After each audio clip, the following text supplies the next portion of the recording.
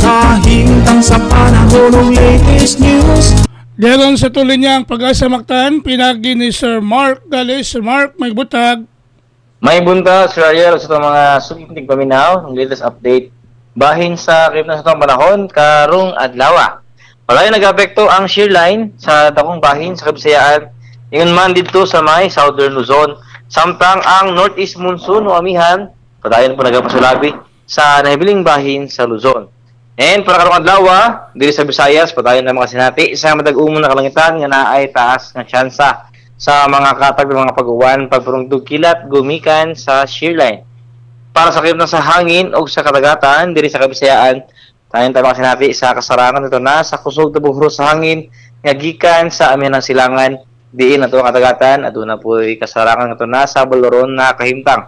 Diri sa Cebu ato ang kadagatan aduna ay hunas karon alas 8 sa buntag ug mutaog na unyang alas 3:21 sa hapon.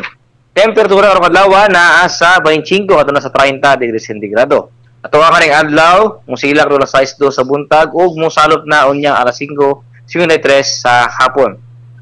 Philippines sa third time, alas 5:07 na sa kabuntagon og mauna ato ang latest weather update gikan diri sa buhatan sa DOST Pag-asa Mactan. Si Mark Gales, maayong buntag og daghang salamat. Salamat Sir Mark, happy weekend sa Pag-asa Mactan.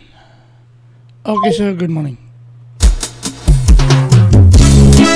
Inyo gadabati ang atong dagan sa kahimtang sa panahon kung weather update. Pinagi ni Sir Mark Gales ng atong weather specialist gikan sa Pag-asa Mactan.